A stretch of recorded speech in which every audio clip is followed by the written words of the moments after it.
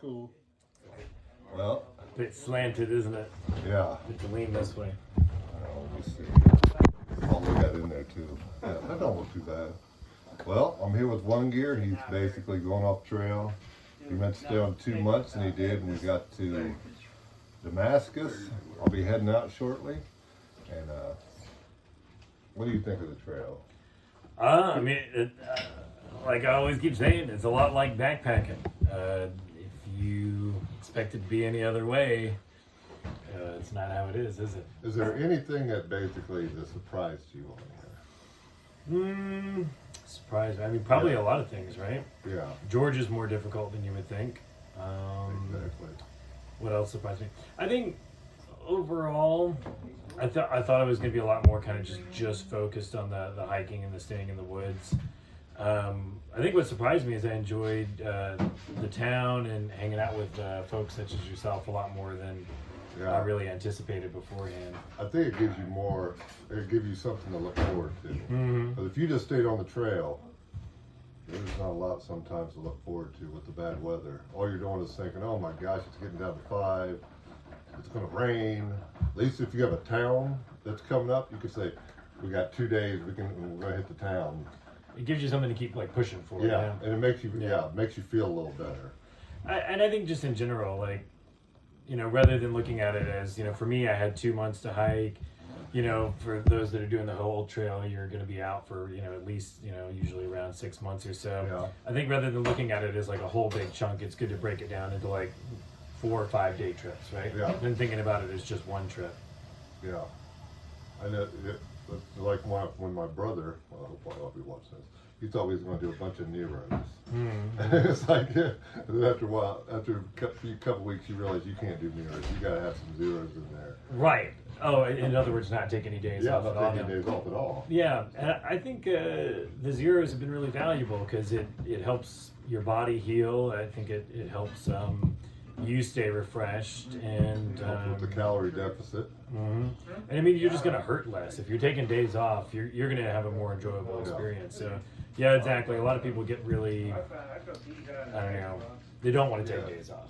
You know, they're like, oh, you know, I didn't sign up for like, you know, laying around in a hostel. I signed up for being out of the woods all the time. But I think if you get way too focused on doing that 100%, unless you're just an incredible athlete, you know, a lot of times it can be to your detriment, right? Yes, and I think the older you get, I met many older people that said zeros is going to be a big help.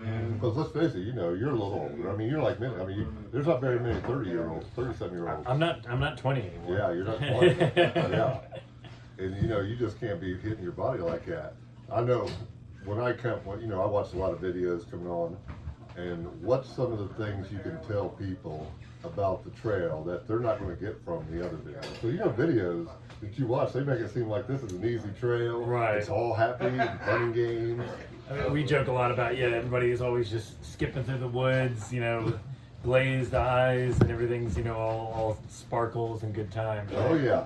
Yeah, I mean, as a person who's done a lot of like very short-term backpacking before this, you know, weekend trips and just single nights out or whatever. I mean, I always say backpacking's a lot like hitting yourself on the head with a hammer because it feels good when you stop. Like it's the very nature of the thing is difficult, but that's why you do it is because, you know, you push yourself, and then it also conversely helps you appreciate just the most normal, mundane, everyday things become these like miracles whenever you've been out in the woods for 4 or 5 nights at a time. You come back and just a simple thing like a shower and hot food become these incredibly pleasing experiences, right? So that's what I've always enjoyed about backpacking. Oh, the shower is the number one thing. Yeah, you know what I mean? It's all the things that you take for granted on a daily basis become wonders. And that aspect of backpacking has always been something that I've really enjoyed. Yeah. You know, what's some of the, you know, we've been through 3 states. What's the worst state for you? The worst state. Well, Tennessee, North Carolina, and Georgia. That's what we've been through. We just got into Virginia. As far as like the actual like hiking and the scenery, I mean, I've enjoyed and appreciated each one for their unique character. But I think the complaint that a lot of us has is for some reason there's not privies at the shelters in Tennessee. Yeah. And Privyless. yeah, I saw a graffiti that says "Give me privy or give me death." So that's one thing that could probably be improved upon. yeah, that does help a lot. I know what for me and North Carolina have just a hate relationship because North Carolina, they have mountains. Need some stuff over here. Oh, that's all right. No worries.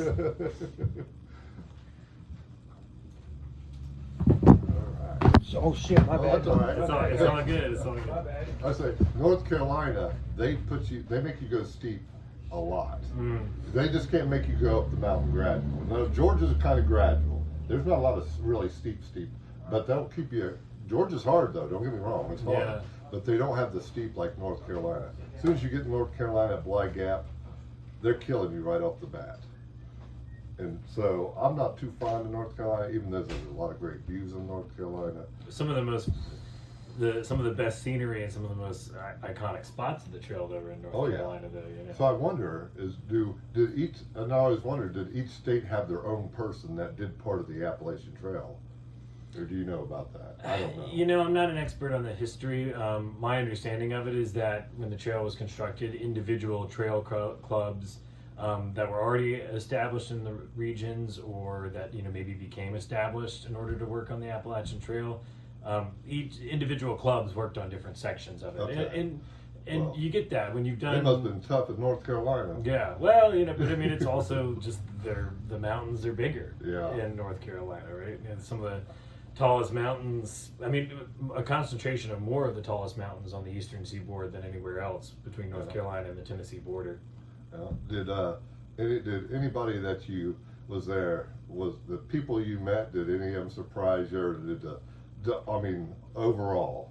I mean, we've met some characters. I was going to say, I think nearly everybody kind of surprises you in some ways, but yeah, we've definitely met some very colorful characters out on the trail. Some very colorful characters out on the trail. Yeah, I don't know if I need to really say more than that, but we don't need to bring up any names. Yeah, it's funny though, right? That's an interesting aspect of it though, is just like how eclectic the personalities are, who, I mean, you can be so many different types of people from so many different types of places and backgrounds and whatever, and for some reason, something about carrying a pack through this trail, is something that kind of attracts and brings everybody together from such different places, I guess. So yeah, it's funny, but yeah, I think another thing that I guess sort of touches upon what you're asking about is like, some of the people, you do kind of scratch your head of like, why are you here, and why are you doing this? Do you want to do this? You know what I mean? It's like, yeah, and I think people like the thought of the trail, but they're not actually hiking it. Like you said, one person forgot something. He thought, well, I'm not going to see that guy again. Well, he goes back, and then he gets shuttled to the next spot, and there he is waiting for you. Right, it's hostel hopping, right? Yeah, hostel hopping. Yeah, one particular individual whom shall not be named. But yeah, it's funny. I hiked out of one hostel thinking, okay, whatever, and then sure enough, they'd somehow beaten me to the next hostel with the help of vehicular transportation. That's right. And you can hike pretty fast that way, I guess. yeah, there are some people that you think, okay, I'm not going to see this person again. Next thing you know, they're up with you, and they're not going fast. And that's kind of the other side of it, right? I mean, there's somebody that was at one of the very first night, the very first shelter that I stayed at, that I kind of thought, I'm not really sure if this is for them. I didn't really think they were going to last, and then sure enough, they're still out there, and they're going to be going further than I am, right? Yeah. So after all this, what would you advise for anybody that wants to come out here? Because it is hard, and if you don't come out here with the right mindset, it's going to beat you down.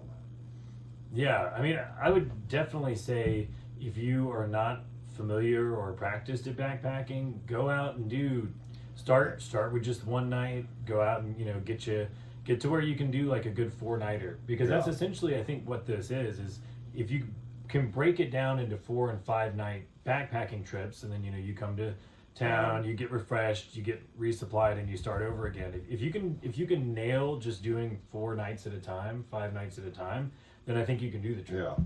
And I would say you have to make those backpacking trips hard. Mhm. This is not easy out here at all. Yeah. I mean, if you find some hills. Oh yeah. I mean, there's, you know, you don't get to see this because when you're videotaping, you can't use your trekking pole. So basically, you're just trekking pole.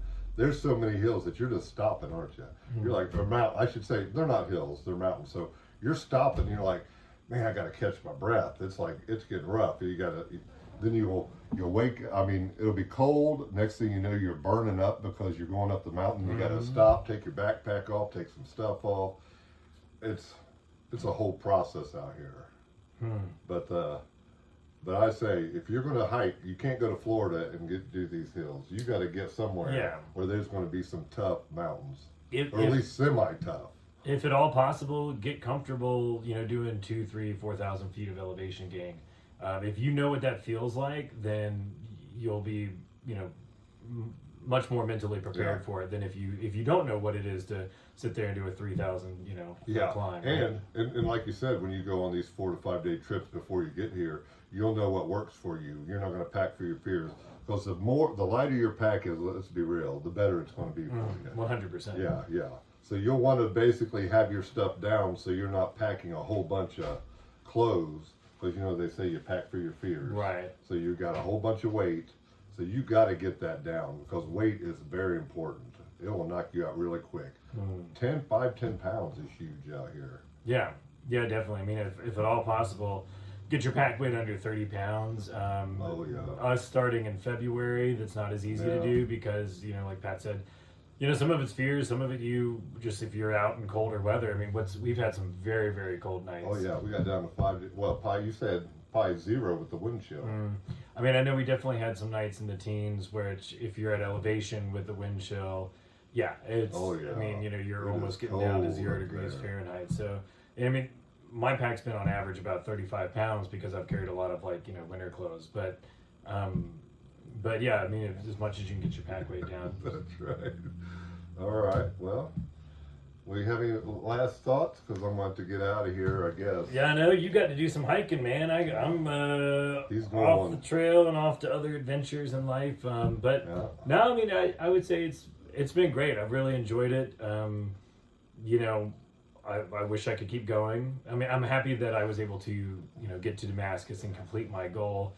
And that part feels good. And I mean, you know, it's nice to start to rest up and not have to have all the, like we were saying at breakfast, all the things going through your mind of, like, when you're in town, normally you're resupplying and you're cleaning everything, and you're planning, you know, for your next couple days. I don't even know what the map looks like after this for a little while, really. But no, it's been fantastic. I'm looking forward to being able to pick up the trail again in the future and knock off another, you know, 500 miles or so.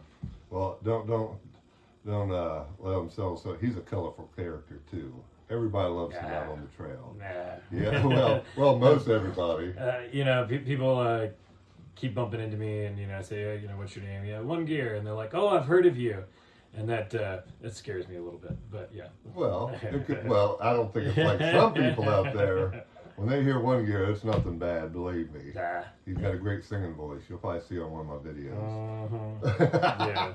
Well, next one should be already popped out. I'll try it is out there. Well, it was great hiking with this guy. So, I don't know what else to say. I guess that's about it. You got to hit the road. Yeah, I got to hit the road. I got some new shoes and a couple guys out in front of me. I got to do 18 today. I'll do it. You'll be skipping down the trail. I don't think so. But it'll be a lot different. You know, when you hike with somebody, then you go to yourself. It's a little bit different change, but I'll be okay. There's a Big Willie Dog in front of me and Paisley. Paisley's going to be getting off probably within a week or two. He's got a little bit of time. And then there's just me and Big Willie Dog. That'll be a hoot. All the way to Katahdin. I need help. All right. Well, it was nice for him to do this. What is this thing? Guess you'd say an interview. So interview? Is that what it is? A chat. A chat. We'll just leave it at that. Yeah, we should have had a little, you know, little drink or something. If we did outside, we had cigars. She had coffees, Yeah. All right, well, I will get back with you when I get on the trail. Bye. Thank you, One Gear. Hey.